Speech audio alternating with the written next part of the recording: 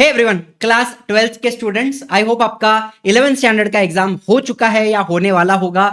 Start तो हो ही गया होगा। होपफुली मिड अप्रैल तक मोस्ट ऑफ द कॉलेजेस का एग्जाम खत्म हो जाता है एंड 12th स्टैंडर्ड की शुरुआत हो जाती है। काफी सारे स्टूडेंट्स आप में से हैं जिन्होंने 12th का पढ़ना स्टार्ट भी कर दिया होगा। अगर नहीं किया है तो यहां पर एक बार बायोलॉजी में क्या पढ़ना है और कैसे पढ़ना है और ओवरऑल आपका सिलेबस कैसा है, वेटेज कैसा है चैप्टर वाइज, ये सारी चीजें फटाफट आपको यहां पे बता दूंगा।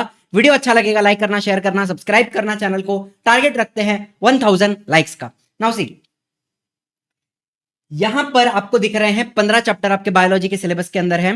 फिजिक्स में अगर आपको नहीं पता ऑलरेडी तो बता देता हूं, फिजिक्स में 16 चैप्टर होते हैं, केमिस्ट्री में 16 होते हैं, मैथ्स में टोटल मैथ्स 1 मैथ्स 2 मिला करके 15 और बायोलॉजी में कितने हो गए? 15 हो गए। तो टोटल चैप्टर्स कितने हैं? 62 चैप्टर्स हैं जो आपको पढ़ने हैं आपके 12th स्टैंडर्ड के लिए। पीसीएमबी अगर आपने लिया है तो ये चैप्टर्स आपके बनते हैं 62। चलो, उसमें से बायो में कितने हैं? 15 चैप्टर हैं। अभी उसमें बॉटनी के कौन से हैं, जूलॉजी के कौन से हैं, जेनेटिक्स कौन सा है, इवोल्यूशन, अप्लाइड बायोलॉजी, ये आपको फटाफट 2 मिनट में बता देता हूं। देखो, सबसे पहला आपको दिख रहा है reproduction in lower and higher plant, ये बॉटनी का आ गया। Then plant water relation and plant growth and mineral nutrition, ये दोनों बॉटनी के हो गए। 3 चैप्टर बॉटनी के, प्योर बॉटनी के हो गए। इसके अलावा reproduction in lower and higher animals, ये जूओ में आ जाता है, जूलॉजी में। देन रेस्पिरेशन एंड सर्कुलेशन, ये चैप्टर हो गया। कंट्रोल एंड कोऑर्डिनेशन हो गया। ह्यूमन हेल्थ एंड डिजीज, तो ये 4 चैप्टर बेसिकली जूलॉजी में हम डायरेक्टली पकड़ सकते हैं। इसके अलावा अब देखो चैप्टर नंबर 3 एंड 4 आपको दिख रहा है, inheritance and variation, molecular basis of inheritance, ये दोनों चैप्टर आ जाते हैं जेनेटिक्स में। फिर origin and evolution of life, chapter बहुत बड़ा है लेकिन उसका वेटेज काफी कम है, आपको वेटेज के बारे में भी बता दूंगा 2 मिनट में। Origin and evolution of life, ये कितना? ये आपका इवोल्यूशन का टॉपिक हो गया, ठीक है। फिर थोड़ा नीचे देखेंगे, enhancement of food production and biotechnology, तो ये दोनों चैप्टर अप्लाइड बायोलॉजी में आ जाते हैं।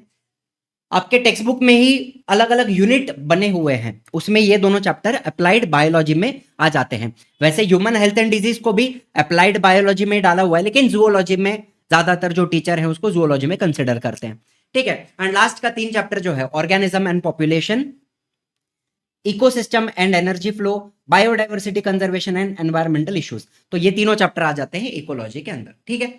एक जनरल ओवरव्यू हमें समझ में आता है 15 चैप्टर में से क्या क्या है जो किस किस सेक्शन में या फिर कौन से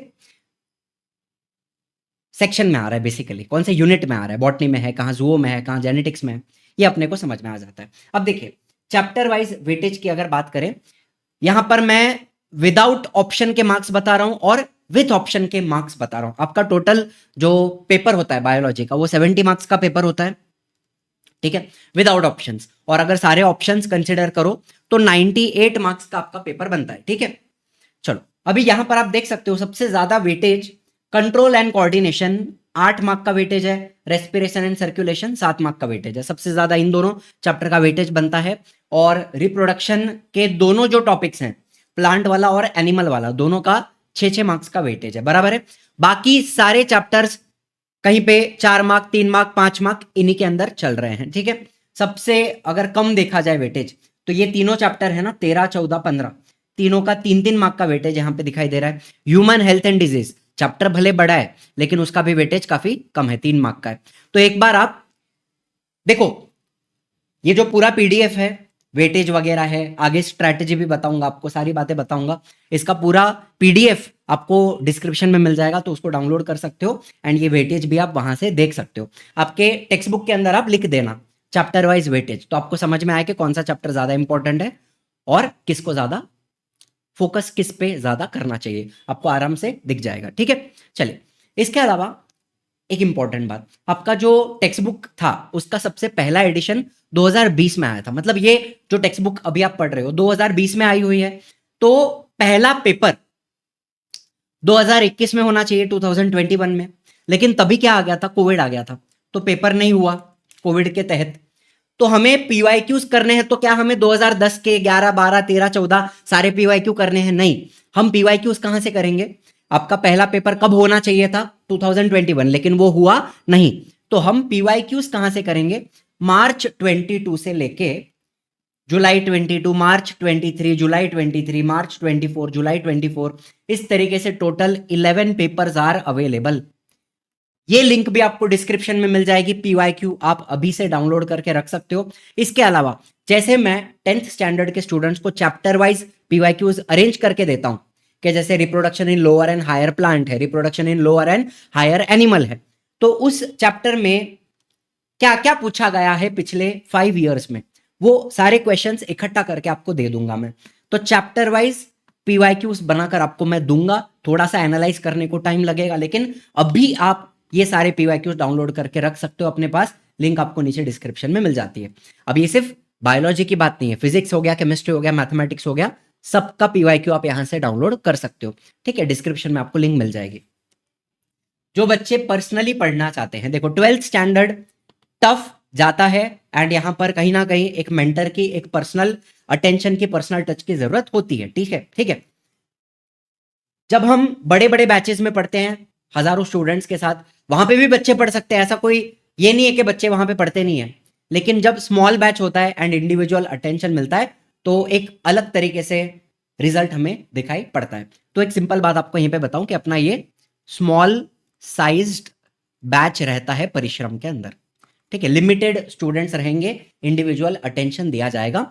यहाँ पे पीसीएम, पीसीबी, पीसीएमबी सारे सब्जेक्ट यहाँ पे पढ़ाए जा रहे हैं, बोर्ड का प्रिपरेशन हो जाएगा और एमएचटी सीईटी का भी प्रिपरेशन यहाँ पे कराया जाएगा। ठीक है, पीसीएम पीसीबी दोनों का। चलो, इसके अलावा पर्सनल अटेंशन की जहां मैं बात करता हूं, इस तरीके से जूम सेशंस भी होते हैं, डाउट क्लियरिंग सेशन हो गए, रिवीजन सेशंस हो गए, एंड उसके अलावा और क्या क्या फैसिलिटीज हैं पर्सनल अटेंशन के लिए आपको बता दूंगा। देखिए, टीचर कौन से हैं, शुभम सर हैं जो फिजिक्स ले रहे हैं, रंजीत सर हैं, इनका भी काफी सालों का एक्सपीरियंस है जेडब्ल्यू और एमएचटी सीईटी पढ़ाने का, रंजीत प्रजापति सर। ठीक है, मारिया मैम है केमिस्ट्री के लिए, जास्मीन मैम है, फिर योगेश सर मैथ्स लेंगे, पूरा लेंगे, मैथ्स 1 मैथ्स 2, मैं बायोलॉजी, एंड खुशी मैम बायोलॉजी, हम दोनों टीचर बायोलॉजी ले रहे हैं। और चंद्रशेखर सर है जो इंग्लिश भी, देखो यहाँ पे इंग्लिश भी ऑफर किया जाएगा आपको, परिश्रम बैच में आपको इंग्लिश का ग्रामर हो गया, राइटिंग स्किल हो गया, वो सारी चीजें भी कराई जाएंगे। ठीक है, तो ये अपने टीचर्स हैं जो आपको पढ़ाने वाले हैं। बैच में क्या क्या मिल जाता है आपको, सबसे इंपॉर्टेंटली तो लाइव इंटरैक्टिव क्लास। इंटरैक्टिव मतलब क्या, लेक्चर के बीच में भी आप टीचर से डायरेक्टली बात कर सकते हो। जैसे कौन बनेगा करोड़पति में आपने देखा है फोन फ्रेंड होता है, उसी तरीके से टीचर से डायरेक्टली फोन कॉल की तरह लेक्चर के बीच में आप बात कर सकते हो। उसको हम रेज अ हैंड फीचर कहते हैं, RAH, raise a hand feature. तो ये लेक्चर के बीच में भी ऑप्शन अवेलेबल होता है। इसके अलावा टेस्ट सीरीज में आपको MCQ टेस्ट मिल जाएंगे और subjective test chapter wise provide किए जाएंगे, वीकली टेस्ट वगैरह होती है। ठीक है, पर्सनल मेंटरशिप में आपको IVR नंबर, एक स्पेशल फोन नंबर दिया जाएगा जिससे आप किसी भी टीचर को डायरेक्टली कॉल कर सकते हो। मान लो मुझसे डाउट पूछना है तो मुझे कॉल करके आप डायरेक्टली डाउट पूछ सकते हो, योगेश सर से बात करनी है, खुशी मैम से बात करनी है, शुभम सर से बात करनी है, तो डायरेक्टली टीचर को कॉल करके आप डाउट क्लियर कर सकते हो। Access of any upcoming batch, जैसे कोई क्रैश कोर्स आता है या सीईटी का क्रैश कोर्स आता है तो उसका एक्सेस आपको डायरेक्टली दे दिया जाएगा, आपको बाद में फिर से खरीदने की जरूरत नहीं है। एक बार आपने ये बैच ज्वाइन किया, आगे आने वाला कोई भी क्रैश कोर्स होगा तो वो डायरेक्टली आपको एक्सेस मिल जाएगा, अलग से लेना नहीं पड़ेगा। याद रखना, खजाना मतलब क्या कि पिछले बैच के जो भी इंपॉर्टेंट नोट्स हैं या स्टडी मटेरियल है वो सब कुछ आपको पहले से प्रोवाइड कर दिया जाएगा। एंड लाइव रिवीजन एग्जाम के पहले जूम पर, लाइव रिवीजन अपना कहां होता है, जूम पे होता है एग्जाम के पहले, इस तरीके से। ठीक है, चलो, तो सबसे इंपॉर्टेंटली स्मॉल बैच में, लिमिटेड स्टूडेंट्स में आपको सबसे इंपॉर्टेंट फैसिलिटी क्या मिलेगी, एक तो IVR नंबर जिससे आप किसी भी टीचर को डायरेक्टली कॉल करके अपना डाउट क्लियर कर सकते हो। ठीक है, 1-on-1 call, 1-on-1 doubt clearing. इसके अलावा जूम पे अपने जो डाउट क्लियरिंग सेशंस होते हैं, जैसे यहाँ पे आपको दिख रहा है जूम पे सेशंस होते हैं, यहाँ पर भी टीचर से आप डायरेक्टली बात कर सकते हो। ठीक है, एंड जो फर्स्ट 100 स्टूडेंट्स ज्वाइन करते हैं बैच के अंदर, उनके लिए ये कूपन कोड है HSE 100, और ये कूपन को यूज करके आपको एक्स्ट्रा 1000 रुपीज ऑफ मिल जाएगा। ठीक है, एक्स्ट्रा 1000 रुपीज ऑफ मिल जाएगा using the coupon code, first 100 students के लिए एप्लीकेबल है। ठीक है, तो बैच के रिगार्डिंग कोई भी इंक्वायरी करनी है तो ये दोनों नंबर है हमारे एजुकेशनल काउंसलर के इनके साथ आप डायरेक्टली बात करके इंक्वायरी कर सकते हैं, पूछ सकते हैं। ठीक है, अब देखो आपका जो सीईटी होगा, भले वो पीसीएम का सीईटी दो, आप पीसीएम का दो या पीसीबी का दो, दोनों की बात करूंगा मैं। 11th का कितना सिलेबस आता है? 20%।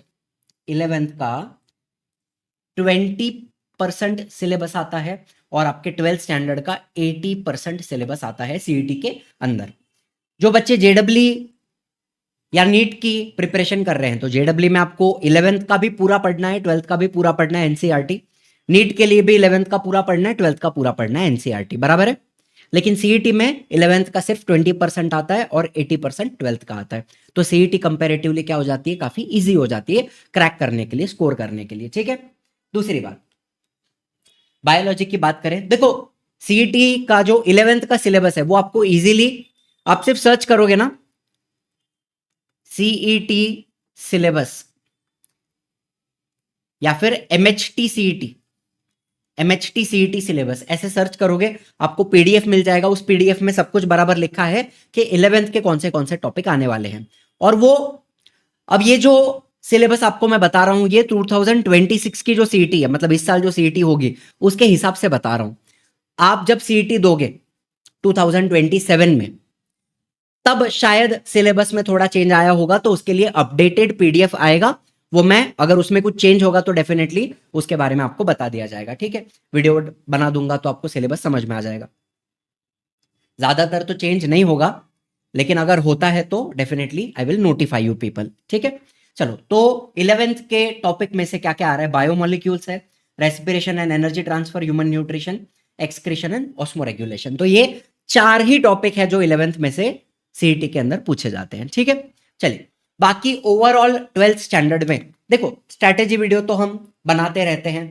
एक तरीके से स्ट्रैटेजी क्या करती है? मोटिवेशन देती है, एक तरीका देती है।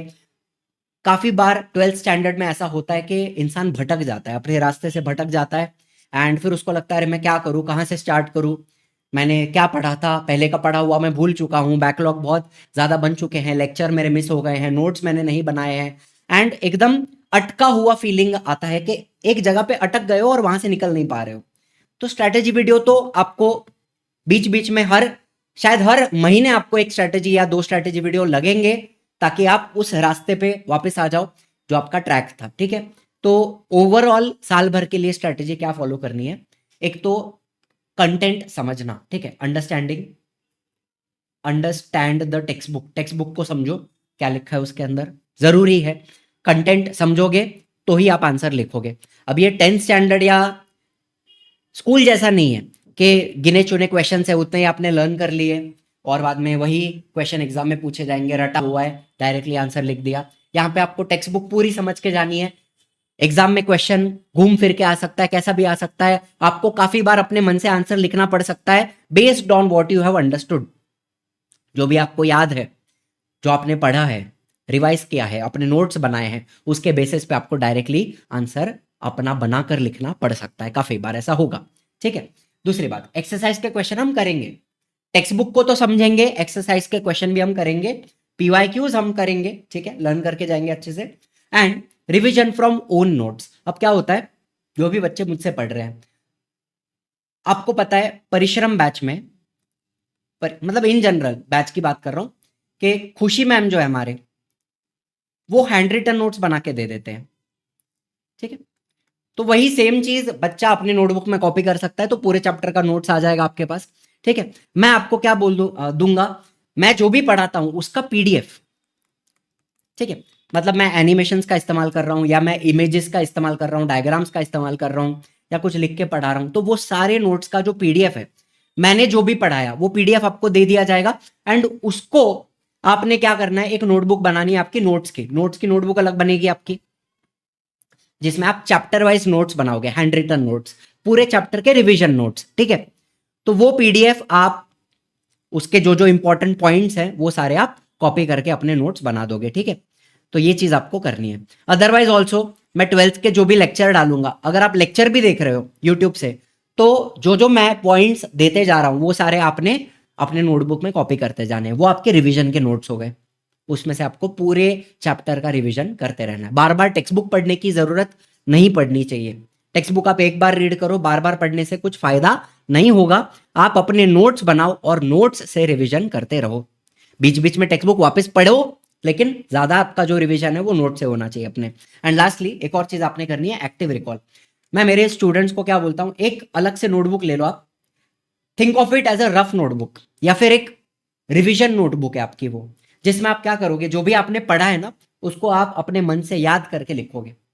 ठीक है, इसको आप फाइनमेंट टेक्निक बोलो। जैसे मैंने एग्जांपल दे रहा हूं, फ्लावर के बारे में आपको मैंने पूछा, एक ब्लैंक पेज दिया और मैंने पूछा फ्लावर के बारे में आपको जो कुछ आता है सब बताओ, कि 4 फ्लोरल वर्ल्स है, उसमें कैलिक्स है, कोरोला है, एंड्रोशियम है, गाइनोशियम है।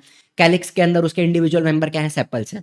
अब सेपल्स अगर फ्यूज्ड हैं तो उसको क्या बोलोगे, गैमोसेपेलस। अगर अलग अलग है, सेपरेट है, तो पॉलीसेपेलस बोलोगे। फिर कोरोला की बात करें तो इंडिविजुअल मेंबर क्या है, पेटल्स। अगर मिले हुए हैं, फ्यूज्ड है, तो गैमोपेटालस हो गया, एंड सेपरेट हैं तो पॉलीपेटालस हो गया। फिर एंड्रोशियम में क्या होते हैं, स्टेमन होते हैं। एंथर हो गया, फिलामेंट हो गया, कनेक्टिव हो गया।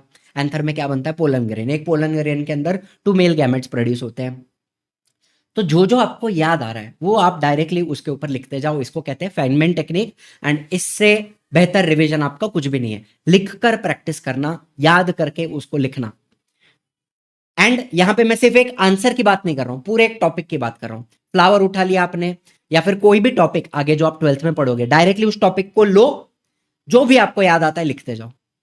तो ये एक अलग से एक रिवीजन नोटबुक आपने बनानी है, जिसमें आप लिख कर प्रैक्टिस करते रहोगे। ठीक है, एक्टिव रिकॉल यूज करो, फाइनमेंट टेक्निक यूज करो। इस तरीके से आपने रिवीजन करना है। ठीक है, बोल बोल के भी रिवीजन कर सकते हो, लिख कर करना ज्यादा बेटर लगता है मुझे। ठीक है, मैं खुद भी अगर किसी चीज को पढ़ रहा हूं और रिवाइज कर रहा हूं तो मैं हमेशा उसको लिख के करता हूं। बाकी ओवरऑल आपका डेली शेड्यूल क्या होना चाहिए, शुरुआत में अभी से आपने डेली 5 to 6 आवर्स पढ़ाई करनी है। एंड एक फिक्स्ड प्लान बनाओ कि आप एक हफ्ते में 5 दिन पढ़ोगे, और जो 6th डे होगा, मान लो 6th डे को आप क्या करो, आप रिवीजन करो या टेस्ट लिखो। ठीक है, एंड ये भी एक टारगेट रखना, अगर आप कोई भी कॉम्पिटिटिव एग्जाम की प्रिपरेशन करनी है तो रोज के 15 एमसीक्यू सॉल्व किए या 20 एमसीक्यूज। एवरी डे का आपने टारगेट रखना है 15 to 20 एमसीक्यूज का। और ज्यादा लग रहा है 10 करो, 10 तो करो मिनिमम। एवरी डे 10 एमसीक्यूज, 10 थोड़ा कम हो गया, 15। रोज आपको 15 एमसीक्यू करने हैं, ये आपका टारगेट होना चाहिए। जो भी आपने टॉपिक पढ़ा उसके बेसिस पे जो भी एमसीक्यूज है, एमसीक्यू की बुक मिल जाती है तो वो एमसीक्यू आपको करने हैं। एवरीडे 15 एमसीक्यू की प्रैक्टिस होनी चाहिए। ठीक है, अच्छा अब इस हिसाब से देखो, अगर मैं रोज 6 घंटा पढ़ता हूं, 6 दिन के लिए पढ़ता हूं, 5 दिन पढ़ा मैंने और छठे दिन पे सब रिवाइज किया एक साथ, तो 6 into 6 36 आवर्स। एक हफ्ते में आप 36 घंटे का पढ़ाई करोगे। इस तरीके से हमें चलना है। ठीक है, और वो भी जो दिन का 6 घंटा है उसको आप डिवाइड कर दो इंटू 2, 2 एंड 2, 2 घंटे के सेशंस में डिवाइड कर दो उसको। और बाद में वो 2 घंटे में भी आप पोमोडोरो टेक्निक यूज कर सकते हो। 25 मिनट्स पढ़ने का, 5 मिनट ब्रेक लेने का, फिर 25 मिनट्स पढ़ने का, 5 मिनट ब्रेक लेने का। ऐसे करके 2 घंटे का एक सेशन कंप्लीट किया, फिर वापस 2 घंटा, फिर वापस 2 घंटा। तो ऐसे दिन का 6 घंटा हमें पढ़ना है। ठीक है, बताने के लिए तो बहुत कुछ है। ठीक है, लेकिन वीडियो को बहुत ज़्यादा लंबा करना नहीं चाहता। अभी जैसे ही मैं बैच में भी पढ़ाना स्टार्ट करूंगा, यूट्यूब पे भी धीरे धीरे लेक्चर्स अपलोड करने स्टार्ट करूंगा। तो आप लोग, कोई भी पूछना है आपको या कोई डाउट आ रहा है कैसे पढ़ना चाहिए, या कौन सा क्वेश्चन आंसर्स के लिए हम डाइजेस्ट रेफर करें या टारगेट ले, या कौन सी बुक से हम क्वेश्चन आंसर करें, एक्सरसाइज के क्वेश्चन, तो अगर ऐसा कुछ आपका डाउट है तो कमेंट में ज़रूर मुझे बताना। तो I will make a separate video, या फिर वहीं पे कमेंट में आपको आंसर भी दे दूंगा। ठीक है, चलो यहाँ तक अगर किसी बच्चा देख रहा है, कोई भी बच्चा यहाँ तक देख रहा है, तो you are in the top 1%।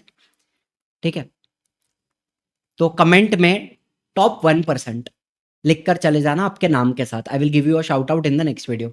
चलो, thank you so much for watching. I will see you in the next one. Tata bye bye, जय हिंद, जय महाराष्ट्र।